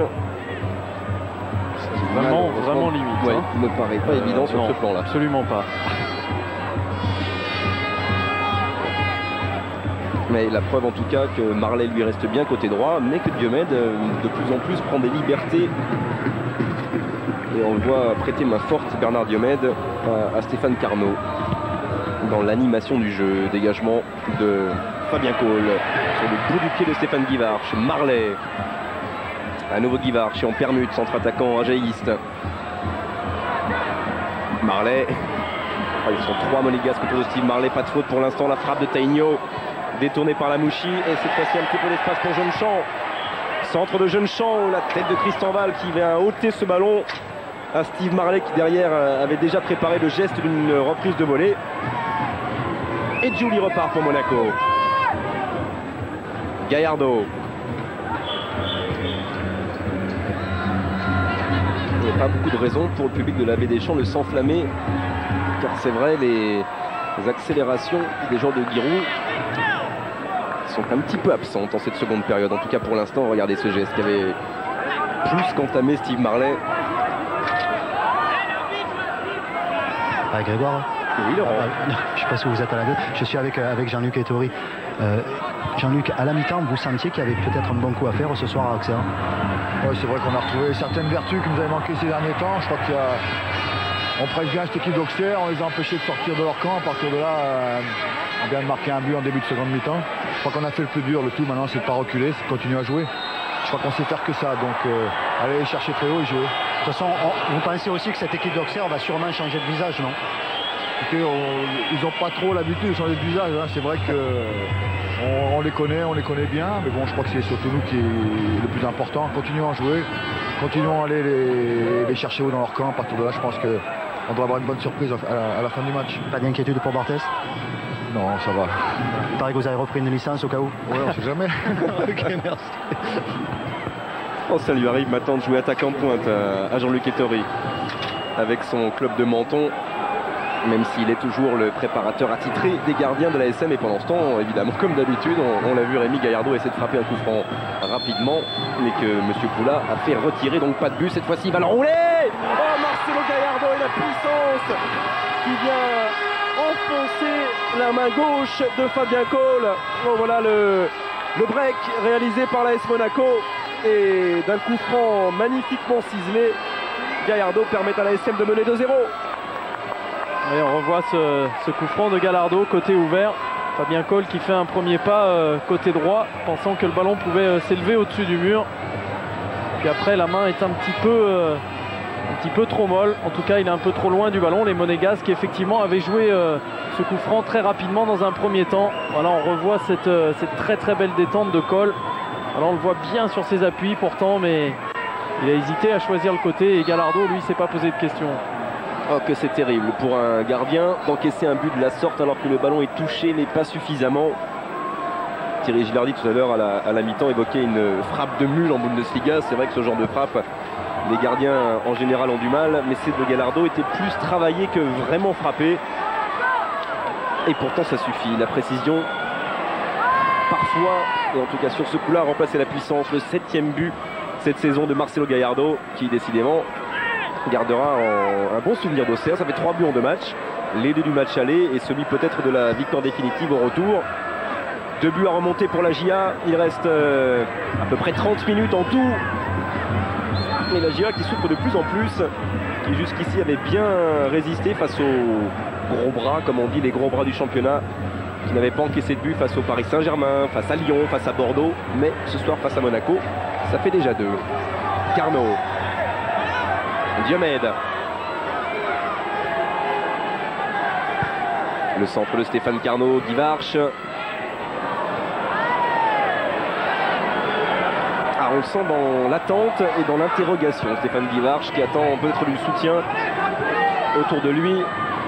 Enfin, là, il risque d'être inquiété un peu plus parce qu'il y a un peu plus d'espace pour les attaquants. Le marquage est un peu relâché du côté auxerrois. Ils sont en train un petit peu plus attaqués, voilà. Et là, c'est vrai qu'ils laissent un petit peu dans leur dos les joueurs comme Gallardo, comme Jeudi. Et tandis que côté Monégasque risque de rentrer. Enfin, Gallardo a fait l'arbitre tout seul. Il pensait avoir été bousculé, il a arrêté le ballon, il l'a pris avec la main et M. Poula n'a pas du tout aimé. Résultat, coup franc pour l'adversaire.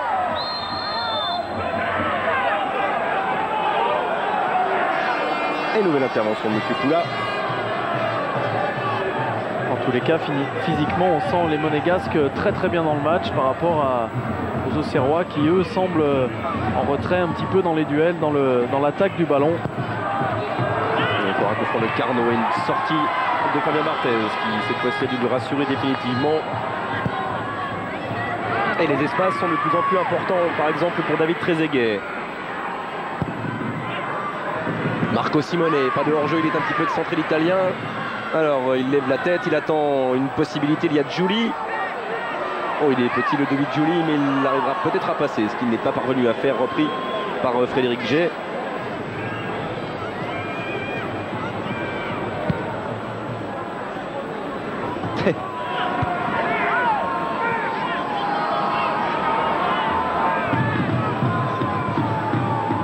Et Monaco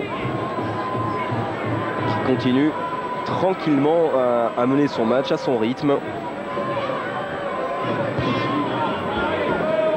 et qui fait tourner tranquillement avec Christian Val et Marquez.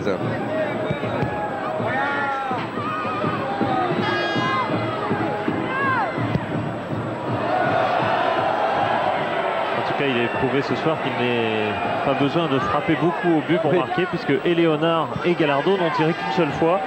Et ça fait un but à chaque fois pour chacun d'entre eux. Plus généralement, il n'y a pas beaucoup de tirs dans ce match, notamment de la part des Auxerrois qui ont tiré seulement 6 fois au but. Oui, dont une fois de façon vraiment dangereuse. C'était en fin de première période, Philippe. Et c'était la tentative de lob juste au-dessus de la transversale de Bernard Diomède. Parce que ça fonctionne bien entre Trezeguet et Gallardo, un double 1-2, finalement intercepté par ce retour de Steve Marley. Assati.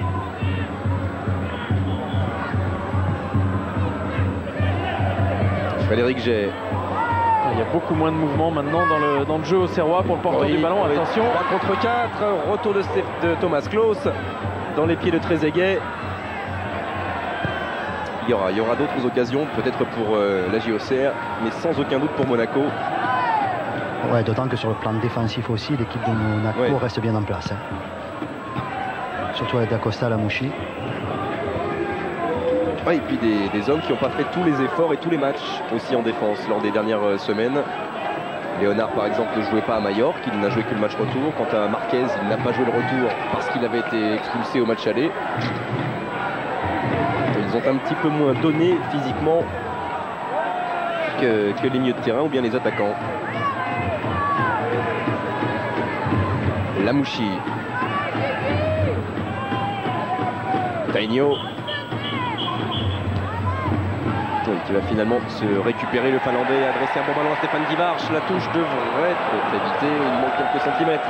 Ah, c'est dommage pour Auxerre qui avait là une belle occasion de contre. Tainio qui n'a pas pu ajuster son ouverture sur Guivarch.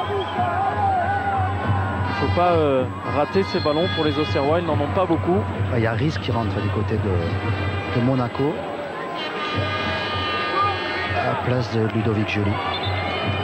Alors comment va se réorganiser tout ça? A priori John Arne Riise, le Norvégien, devrait évoluer en milieu de terrain, mais pas sur le côté droit qu'occupait jusqu'ici Ludovic Joly. On a souvent vu dans ces cas-là Sabri Lamouchi se décaler un petit peu sur le côté droit. Alors que l'on revoit je crois que c'est ça, superbe coup franc de Gallardo. Et la joie de Fabien Barthez, sa cheville va mieux, c'est sûr. Oui, il a choisi le plus fort pour le porter. Tristan Val, c'est plutôt simple. Et en revanche, c'est beaucoup moins rigolo. C'est logique pour Fabien Cole. Mais comme vous l'annonciez, Rémi, effectivement, Sabri Lamouchi a pris le côté droit et on se retrouve avec deux milieux récupérax. Oui, même 3 milieux peut-être, parce qu'ils vont jouer peut-être Riz à gauche, Djetou dans l'axe et voilà, ils vont travailler comme ça. Et Dacosta à droite. Non, Lamouchi. On va suivre. On va suivre Gallardo. Sabri Lamouchi est un peu plus haut, en position un petit peu plus haute. Dacosta lui s'occupe de Diomède dans son couloir. Et voilà le premier ballon, le premier centre de John Arne Riise un peu haut pour Trezeguet qui commet une faute dans son mouvement sur Frédéric Gay. On a un peu de mal avec les additions de joueurs et de défenseurs, hein, Laurent. Non, moi je vois très bien. Non, on reste à 4 derrière apparemment. Et Dacosta suit toujours Diomède. Et vous entendez Guiraud dire Lamouchi, suivre quand même ce centre de Carnot un peu long et un peu profond pour Bernard Diomède. Et malheureusement pour ces hommes en blanc qui tentent, le public de l'Abbé Deschamps ne goûte guère actuellement la prestation de ses joueurs préférés.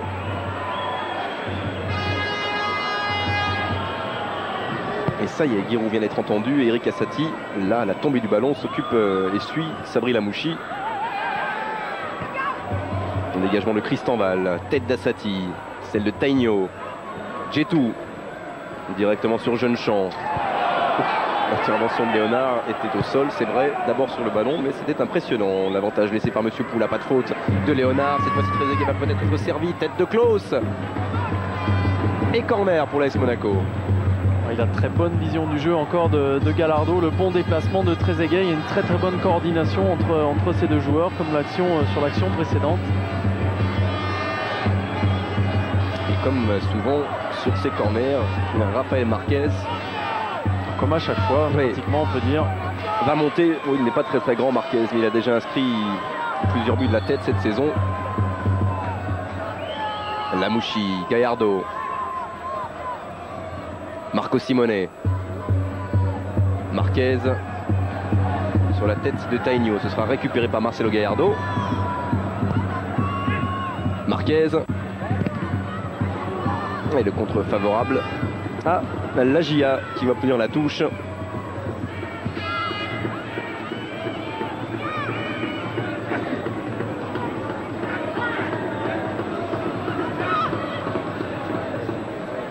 Il faut faute de Martin Djetou sur Cyril Jeune-Champ. Vous avez vu ce chiffre incroyable, Grégoire, 11 corners à 1 en faveur de Monaco. C'est fou quand même. Auxerre n'a pas de réelle présence offensive dans ce match. Et du reste, c'est un problème général parce que cette équipe d'Auxerre est quand même la 15e attaque du championnat.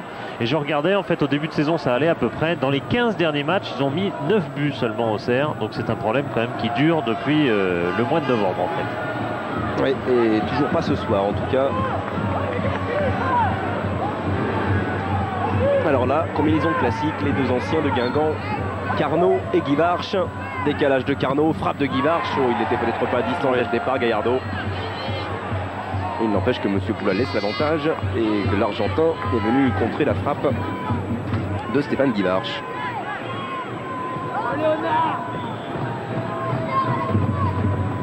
Ah oui. Guivarch qui réclame, effectivement, Gallardo n'était absolument pas à distance. Et M. Poula, cette fois-ci, sanctionne une poussette de Steve Marley dans le dos de Philippe Léonard. C'est un coup franc pour l'AS Monaco.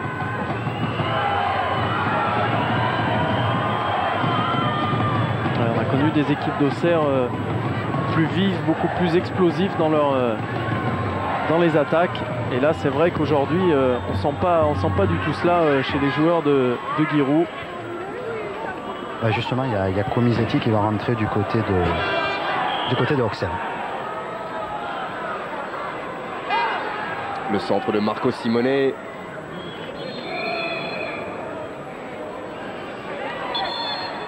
M. Poula, voilà, va procéder au changement. Voilà, sortie de Carnot. Stéphane Carnot qui a eu un peu moins d'influence, beaucoup moins d'influence sur le jeu en seconde période. Il avait effectué un bon début de match. Et voilà l'homme qui était venu au départ cette saison, en tout cas l'intersaison l'été dernier, pour remplacer Bernard Diomède, annoncé comme partant. Et comme Bernard Diomède n'est pas parti, c'est vrai qu'Alexandre Comisetti n'a pas eu la place de titulaire qui lui semblait promise en début de saison. Le voilà qui va... Qui prend la place exacte de Carnot. Là, j'ai eu le temps de le suivre.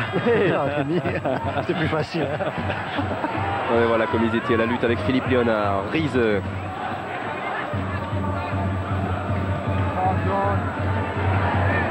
Tainio. Marley. Et Tainio directement sur la poitrine du Mexicain Rafael Marquez. Marley. Il n'y a pas beaucoup de solutions aussi à chaque fois pour le porteur du ballon auxerrois. Oui, mais là en l'occurrence les Monégasques l'avaient complètement enfermé. Il y a un KO du côté de Rice. Oui. Et voilà pourquoi on est en train de voir l'image. Ils ont fait une 2 défensif, mais... Ah, la loupe de Jean-Jacques au ralenti. Il vient nous prouver la violence du choc. Mais il est debout, il est solide en plus, John Arne Riese, norvégien. Lui qui, c'est vrai, par son style de jeu, par son pied gauche, rappelle des souvenirs aux supporters de l'ASM. Et des souvenirs d'un joueur que vous connaissez bien, Rémi, puisqu'il était votre partenaire à Arsenal. C'est bien sûr Emmanuel Petit.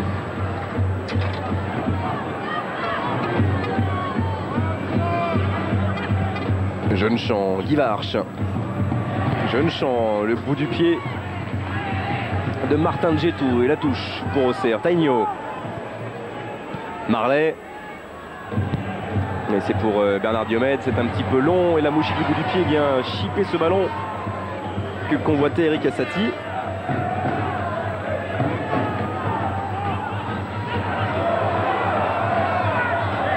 Ouais, il est sorti de quelques centimètres, mais sorti en faveur de Fabien Barthez ce ballon. Ouais, pourtant il s'était précipité Bernard Diomède.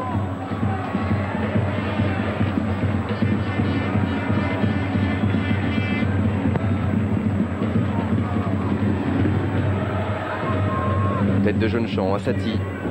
Et n'oubliez pas, vous donner une note comme d'habitude à cette rencontre, à ce grand match de la 28e journée, 36-15, code CPLUS, ou bien www.canalplus.fr. Ça, c'est avec votre ordinateur. Tainio.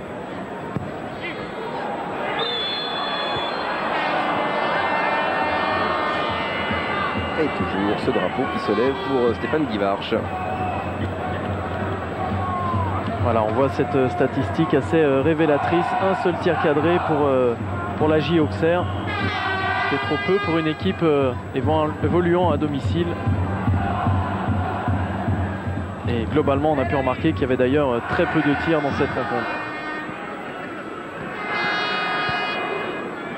Alors, on les sent un peu impuissants. Ces joueurs auxerrois impuissants à s'approcher de Barthez, impuissants à prendre à revers la défense de Monaco. Voilà, c'est peut-être le moment de rappeler, hein, on l'a dit en début de reportage, depuis 15 jours, ils n'ont eu qu'un seul match amical contre Moscou il y a une semaine. Et c'est vrai que autant des périodes comme ça, on peut récupérer, mais on peut aussi également perdre le rythme. Et c'est un petit peu cette impression que l'on a ce soir quand on regarde jouer l'équipe d'Auxerre. Un manque d'accélération. Surtout par rapport à des joueurs très vifs comme le sont Steve Marley, Bernard Diomède, Carnot lorsqu'il était sur le terrain. Oui, c'est un peu l'ironie du calendrier, hein, Rémi. Certains clubs se plaignent de trop jouer et d'autres qui ne sont plus en course, comme c'est le cas de Stéphane Guivarch et de la GIA, en course ni en Coupe de la Ligue, ni en Coupe de France, et cette saison pas en Coupe d'Europe. Résultat, ces mois de février et mars ne sont consacrées qu'au championnat, et elles sont espacées, ces journées de championnat. Diomède pour le coup franc à 10 minutes de la fin du temps réglementaire de cette rencontre. Toujours 2-0 pour l'AS Monaco. Alors là-bas, mésentente entre Barthez et Rizet, ce sera un coup franc. Je vais en profiter parce que je suis avec Ludovic Julie. Oui. Ludovic, est-ce que vous sentez que ce match peut basculer maintenant? Non, il reste 10 minutes, je pense qu'on est très bien en place et à partir de là, gagner 2-0 à la GIA, c'est très bien et on est très bien en place, non, on risque rien. En plus, vous avez trouvé ce soir un bon équilibre, je crois, entre l'efficacité offensive et défensive. Oui, c'est vrai que depuis pas mal de matchs, il nous manquait ça. On a retrouvé ça contre le match de Majorque et ce soir, on fait pratiquement le même match, donc on est redevenu l'AS Monaco qui était en début de saison. À partir de là, on est confiant et c'est vrai qu'on prend plaisir à jouer. Merci. Le coup franc de Bartaigno, tête de Guivarch, Marley. Et ce ballon pour Diomède. Et finalement donné sereinement de la tête en retrait par Dacosta à Fabien Barthez. Merci.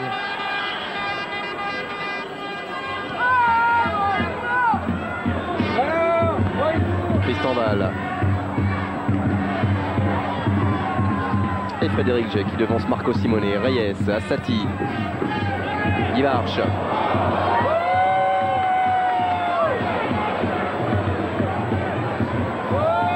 Tête de Frédéric Jay. Jeune champ devant Rise.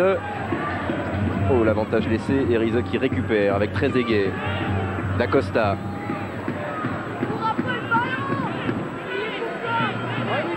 Marquez. Là,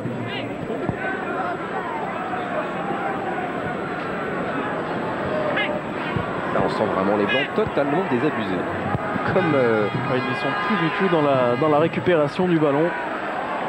Les Monégasques qui peuvent faire tourner tranquillement le ballon. Ils ne sont pas vraiment inquiétés par le pressing auxerrois. Paralysés d'impuissance là actuellement les joueurs de Guiraud. Et retour d'une position de hors-jeu pour Marco Simone.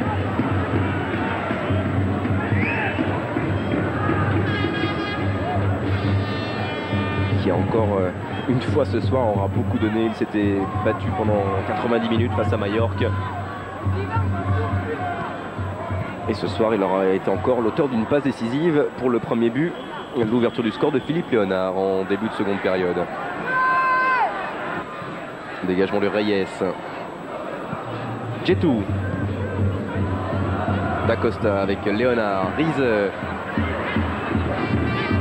Alors, duel finlando-norvégien. Faute du norvégien. Ouais, vous cherchiez le pressing auxerrois, mais il n'y en a pas, c'est simple. Il faut regarder les stats. 10 fautes seulement de la part d'Auxerre. Quand on fait du pressing, on en commet plus. Et ces fautes, elles sont commises, je regarde les endroits, quasiment toujours dans le camp auxerrois. C'est-à-dire que Auxerre subit et commet les fautes naturellement dans ses 30 mètres, mais jamais en cherchant à aller conquérir le ballon. Ouais, on parlait, Philippe, d'individuel, de pressing tout terrain. Actuellement, l'individuel, elle n'est valable que pour 2 postes.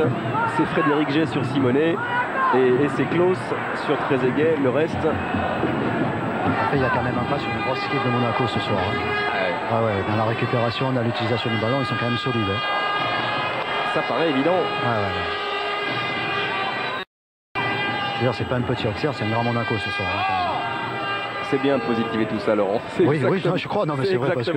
C'est exactement ça. Jeune Champ. Assati.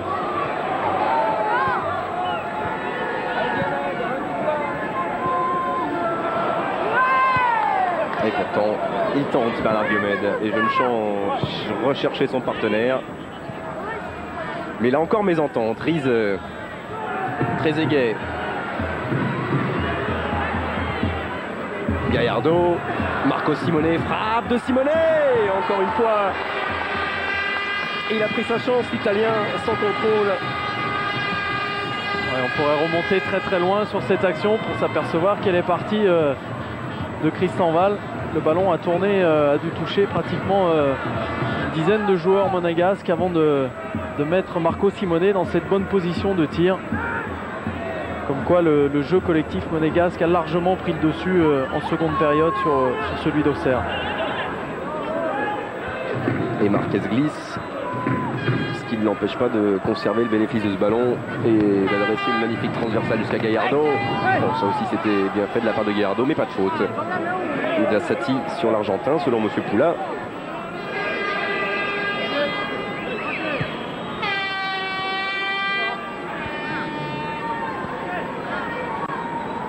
Assati. Guivarch. Voilà un point de chute après la déviation de Stéphane Guivarch, c'était Bernard Diomède. Mais derrière en extension, l'extérieur du pied gauche n'a pas fonctionné.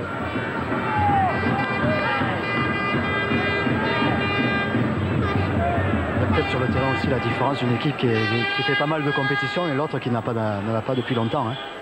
C'est ça aussi au niveau du rythme, tout ça, du collectif. Pas de hors-jeu pour David Trezeguet. Marco Simone la talonnade vers Trezeguet. Retour de Thomas Klaus. Heureusement qu'elle reste concentrée, cette défense de la JA. Car de plus en plus, les combinaisons monégasques semblent faciles, fluides, évidentes.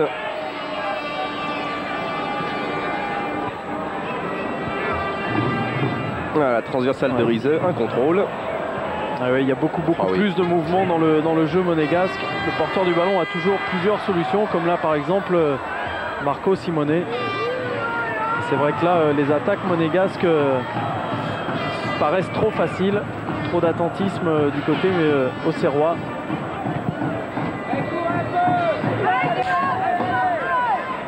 Et c'est ASM qui confirme qu'elle est la bête noire de la JA cette saison. 2-0 à l'aller, pour l'instant 2-0 au match retour, plus la qualification des Monégasques en Coupe de la Ligue face à la JA. Comisetti. Et le gaucher Helvète qu'on n'aura pas beaucoup vu depuis sa rentrée. Difficile aussi de rentrer à 20 minutes d'une rencontre largement dominée par l'adversaire. La touche pour Jeune Champ. Qui a choisi justement Alexandre Comisetti. Centre contré, récupéré par Djetou, Trezeguet. Lamouchi. C'était pour Gallardo. Jay sera le premier sur ce ballon. Bon jaillissement de Sabri Lamouchi. Jeune Champ qui se retournait vers Monsieur Poula en espérant quelque chose, mais il n'y avait évidemment pas faute de Sabri Lamouchi. Djetou. Oui, à l'image de ce qu'avait dit Jean-Luc Ettori tout à l'heure à Laurent Paganelli, c'est vrai que les Monégasques essaient d'étouffer assez haut les Auxerrois et ça marche bien. On a vu là Sabri Lamouchi récupérer ce ballon en avançant. C'est le point fort de l'AS Monaco, défendre en avançant. Et c'est vrai qu'ils l'avaient eu, ils avaient un petit peu oublié ça ces dernières semaines. Ils n'arrivaient plus à le mettre en pratique. Et là, ce soir, ils ont vraiment défendu en avançant. L'image de Lamouchi, de Djetou, qui ont beaucoup travaillé encore une fois au milieu du terrain. Et pas de faute, encore une récupération de Léonard. Rize a choisi Gallardo. À gauche Lamouchi, à gauche Simone, pardon, et dans l'axe, David Trezeguet, pas de hors-jeu, il s'est retourné. La frappe est belle. Elle était plein axe. Et directement sur Fabien Cole. Farnerud va rentrer du côté monégasque.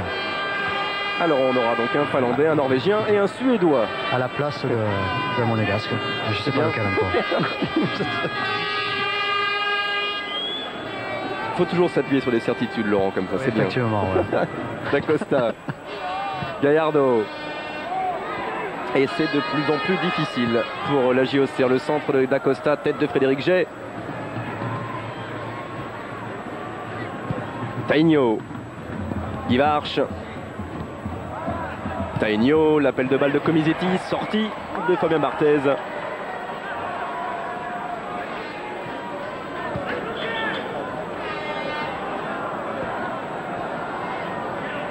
Gallardo, Lamouchi,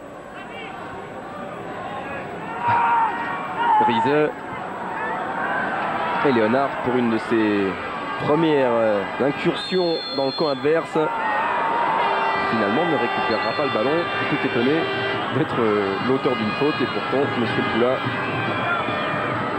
en a décidé ainsi face à Tainio. «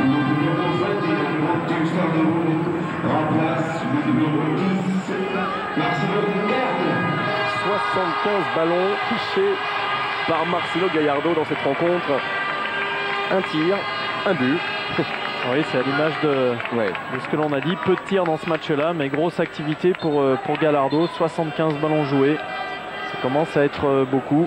Bah, c'est le numéro 1 dans ce match. C'est le joueur qui en a de loin touché le plus.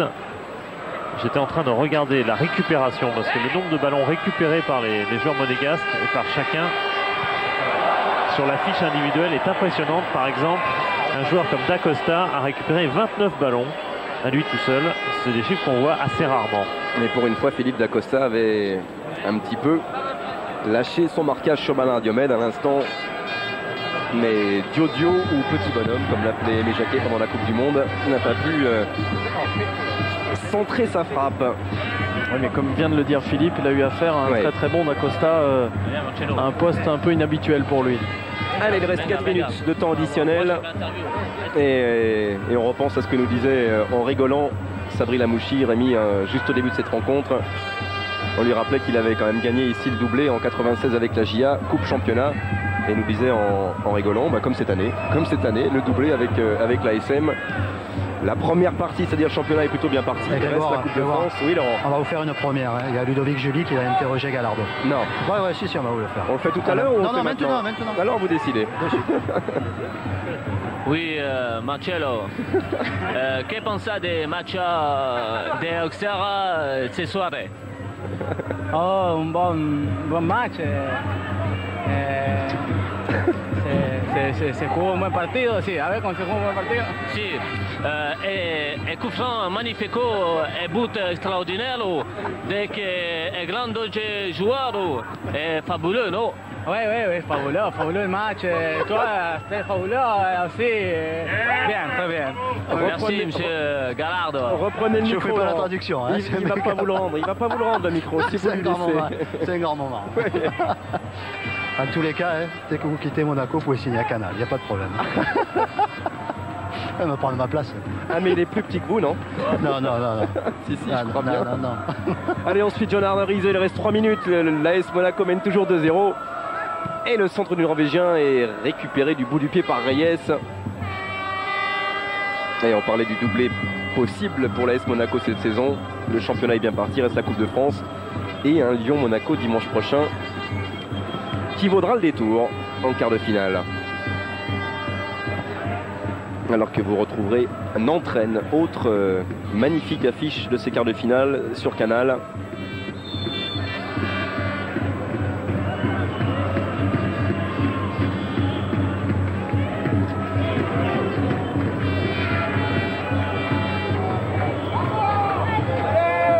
Comisetti.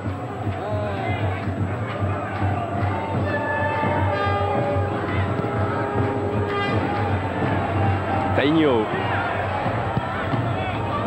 Ce sera pour Fabien Barthez qui dit bien la trajectoire, le petit pas de recul. Et un des rares centres pour Auxerre en deuxième période, quand on sait l'importance des centres dans le jeu offensif d'Auxerre. On mesure les difficultés qu'ont connues les joueurs de Giroud ce soir pour mettre cette défense de Monaco en danger.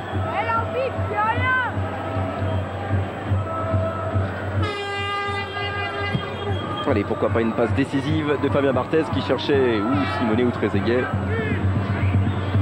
Pour bien marquer la différence, on a vu les 75 ballons de Gallardo, évidemment joués en grande partie dans le camp adverse. En face, c'est Jeune Chance et Taino qui ont touché beaucoup de ballons, 70, mais Jeune Chance est 65% dans son camp. Taino c'est au-dessus de 60% également. La différence, elle est dans les chiffres, elle est territoriale, elle est très très nette. Alors Farnerud, qui sera peut-être un jour le successeur de Marcelo Gallardo au poste de meneur de jeu de l'AS Monaco. En attendant, il continue à progresser et à rentrer quelques minutes comme par petits bouts de match successifs contre plus Farnerud. Et il est pétri de talent, dit Henri Biancheri, d'ailleurs dit tout le staff technique monégasque. Mais voilà, qui a résisté à Sati. Et revoilà le retour de la passadis monégasque. Alors c'est vrai, Marquez n'avait pas beaucoup de solutions devant. En revanche, il aurait pu peut-être garder encore le ballon 5 ou 10 secondes supplémentaires avant d'être éventuellement attaqué par un adversaire. Et ce sera fini normalement dans 10 secondes, le temps additionnel. Et la troisième défaite à domicile cette saison de la JOCR. La voilà. Après 3, après Strasbourg, c'est Monaco qui vient s'imposer à la Baie des Champs et clore définitivement cette 28e journée